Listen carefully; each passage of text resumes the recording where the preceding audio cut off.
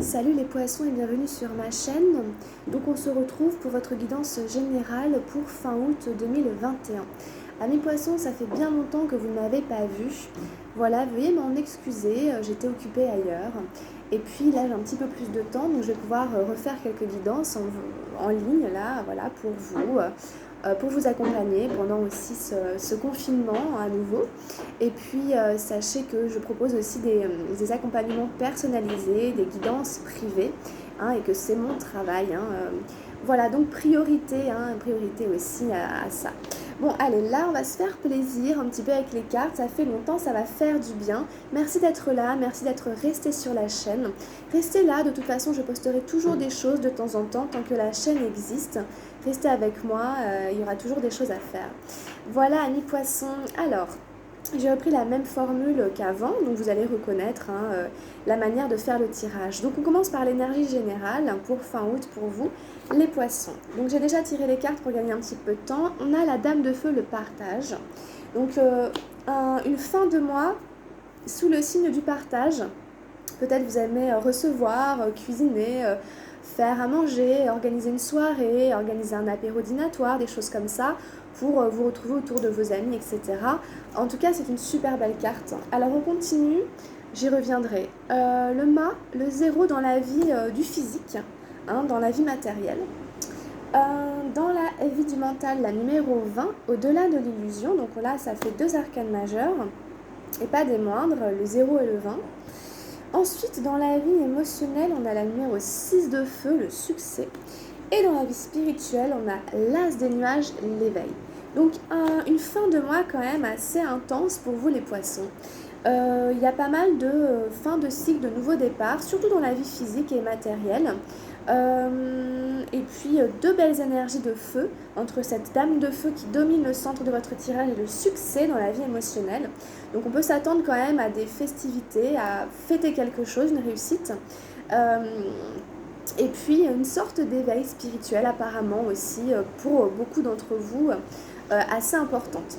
Alors j'y reviens, voilà, les cartes une par une. Voilà, cette dame de feu, je vous la remontre. Que vous soyez un homme ou une femme, elle représente simplement une énergie d'abondance, de générosité, hein, de créativité aussi, puisque le roi de feu derrière, c'est le créateur. Donc vous aimez confectionner et puis partager, hein, que ce soit des centres d'intérêt, des choses que vous aimez créer, que vous soyez artiste ou pas, artisan ou pas, en tout cas avec ce que vous avez dans vos mains, ce que vous savez faire, ce que vous avez comme outils. Vous êtes talentueux et les gens vous apprécient et apprécient ce que vous avez à donner et à partager de manière généreuse. Donc ça fait du bien, cette dame de feu, surtout en ces temps de confinement. Des gens comme ça, c'est vraiment super positif. Hein, beaucoup de bienveillance, de chaleur. C'est la bonne maman au foyer, la bonne mère. Vous voyez, très maternante, maternelle, même avec ses amis, etc. Donc vraiment, c'est super. Alors, dans la vie physique, matérielle, on a le mât. Donc ici, on a un nouveau départ, on a un début, un commencement, le début d'une nouvelle route, un changement, quelque chose qui se passe. Est-ce que c'est un déménagement? Est-ce que c'est un changement de profession? Est-ce que c'est le début d'une activité libérale? Est-ce que c'est un voyage? En tout cas, il y a cette notion de partir à l'aventure, un peu à l'inconnu, de démarrer une nouvelle affaire en ne sachant pas trop ce que ça donnera, mais avec beaucoup d'envie, avec beaucoup de passion, avec instinct, intuition. C'est ça le mât, c'est vraiment celui qui est dirigé par son instinct. Et puis il ne sait pas trop où il va, il s'en va un peu la fleur au fusil, il a un bouquet dans la main, puis il n'est pas du tout en train de se rendre compte que il y a un précipice, mais peut-être qu'il va marcher sur un fil invisible, on ne sait pas. Donc on peut s'attendre à tout, c'est vraiment un peu l'expérience de la vie, hein.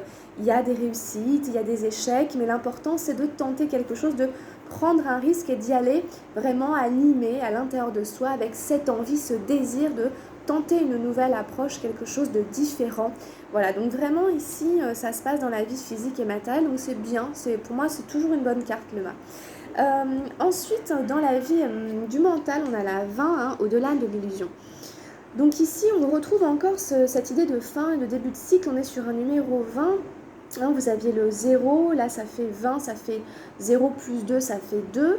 Bon, donc dans le mental, il y a une espèce de vérité qui se dévoile, il y a une espèce de clarté qui apparaît, hein, le voile de l'illusion tombe et on est prêt, si vous voulez, à voir au-delà des apparences sur notre chemin de vie. Donc ça peut être aussi des dons qui se développent, de clairvoyance, d'intuition, une intuition qui devient encore plus forte qu'avant et vous êtes sûrement dirigé par une intuition très forte dans ce nouveau chemin que vous prenez. Ça peut même être apparu vraiment de manière, pas en rêve, mais presque, ou de manière vraiment comme quand on a des prémonitions. Peut-être que vous avez une prémonition d'aller quelque part, de faire quelque chose, de changer de vie, enfin n'importe, et que du coup c'est vraiment comme ça que ça se passe.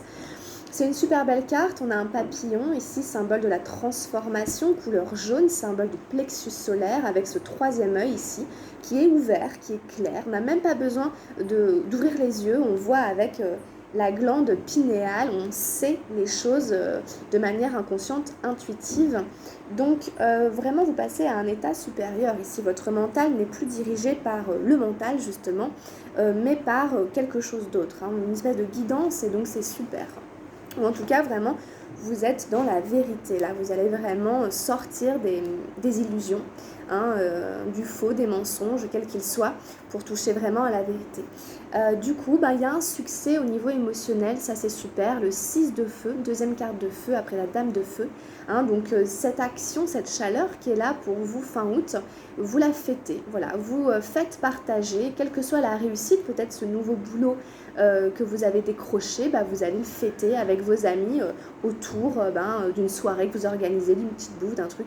Enfin voilà, il y a quelque chose à fêter, à célébrer, donc allez-y gaiement, beaucoup de joie, soyez joyeux. Vous voyez ici, il a dompté le tigre, et ça n'est pas rien de dompter un tigre sauvage. Donc ici, il y a vraiment victoire sur les difficultés, sur les épreuves, l'attente, n'importe, tout ce qui nous a demandé des efforts, ici on est récompensé. Donc vraiment au niveau émotionnel, écoutez, voilà, on est dans la joie, dans la festivité par rapport à ce qui s'est passé là. Donc c'est vraiment super chouette. Et puis ici dans la vie spirituelle, on a l'éveil. Je pense qu'on ne peut pas avoir de meilleure carte que celle-là, que cette tasse d'air de Bouddha dans la vie spirituelle qui rejoint très clairement celle-ci, ici la 20 dans le mental. Donc entre le mental et le spirituel, vous êtes, je pense, assez alignés.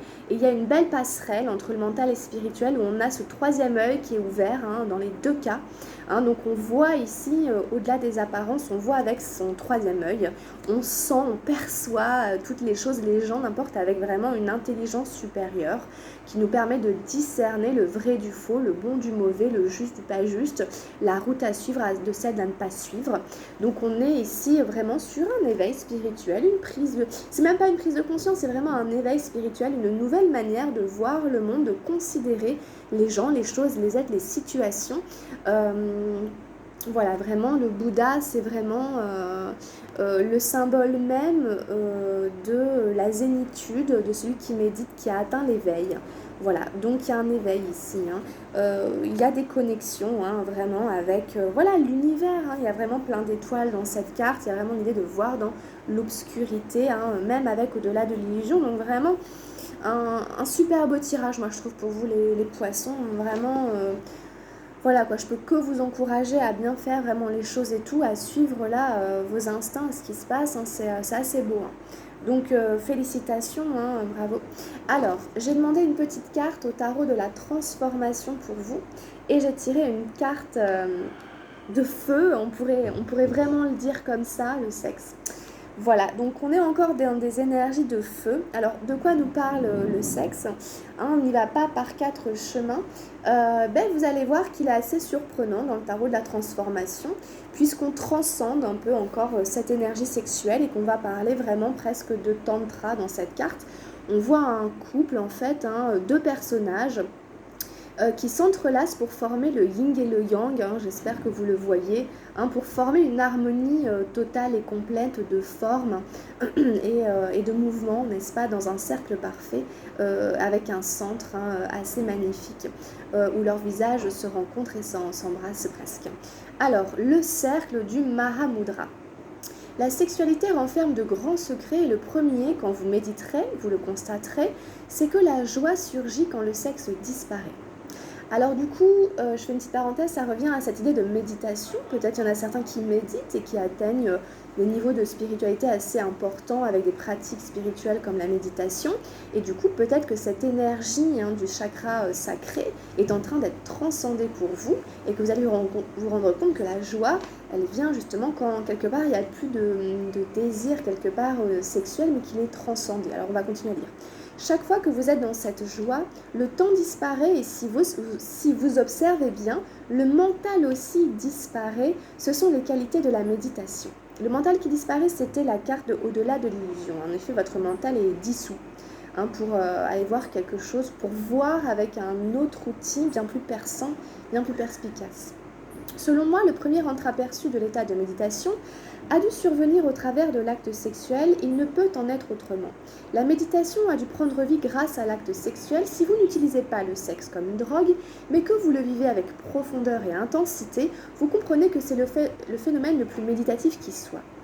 Ainsi, peu à peu, plus la compréhension grandit, plus le désir disparaît, et le jour de la grande libération survient, quand le désir de sexe ne nous hante plus. Alors on est en paix, silencieux, parfaitement soi-même.